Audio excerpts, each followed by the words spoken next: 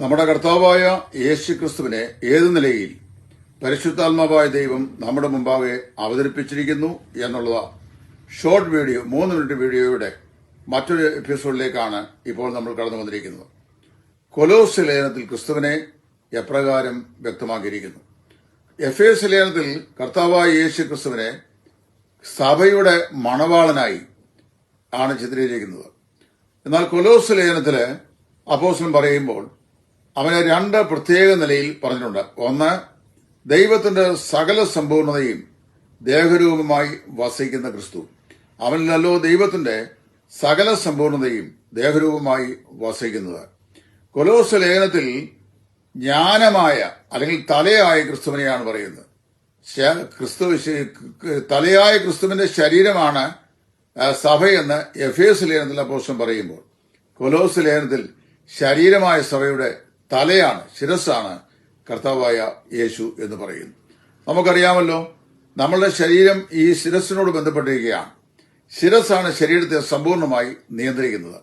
നമ്മുടെ ശരീരത്തിന്റെ നിയന്ത്രണം മുഴുവൻ ശിരസ് ഏറ്റെടുത്തിരിക്കുന്നതുകൊണ്ട് ശിരസിന്റെ ഇഷ്ടമനുസരിച്ച് ശിരസിന്റെ തീരുമാനങ്ങൾക്ക് കീഴ്പ്പെട്ടാണ് ശരീരവും അതിന്റെ അവയവങ്ങളും പ്രവർത്തന നിരതമായിരിക്കുന്നത്.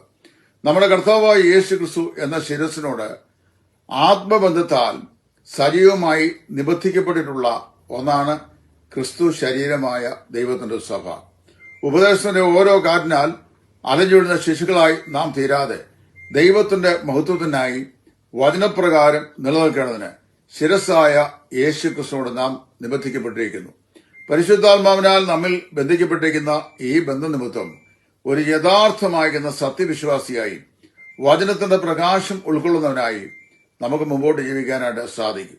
ഒരു ശരീരത്തിന് ഒരു ശിരസ് മാത്രമേ ഉള്ളൂ. ദൈവസഭയ്ക്കും ഒരു ശിരസ് മാത്രമേ ഉള്ളൂ.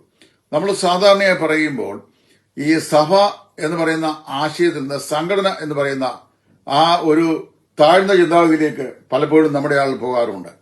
ദൈവസഭ ഒരു സംഘടനയല്ല, അതൊരു ജീവത്ഘടനയാണ്. ആ ജീവത്ഘടനയുടെ നിയന്ത്രണ കേന്ദ്ര വിഷയമായ കർത്താവായ യേശു ക്രിസ്തുവാണ്.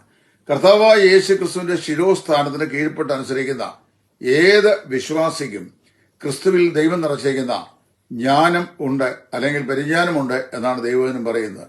ദൈവത്തിന്റെ സകല സമ്പൂർണതയും ദേഹരൂപമായി വസിക്കുന്ന കർത്താവായ യേശു ക്രിസ്തുവിനേക്കാൾ വലിയ ഒരു ജ്ഞാനം ഭൂമിയിൽ ഇല്ലെന്ന് കൊലോസ്യ ലേഖനത്തിൽ അപ്പോസ്തലൻ സ്ഥാപിക്കുന്നു.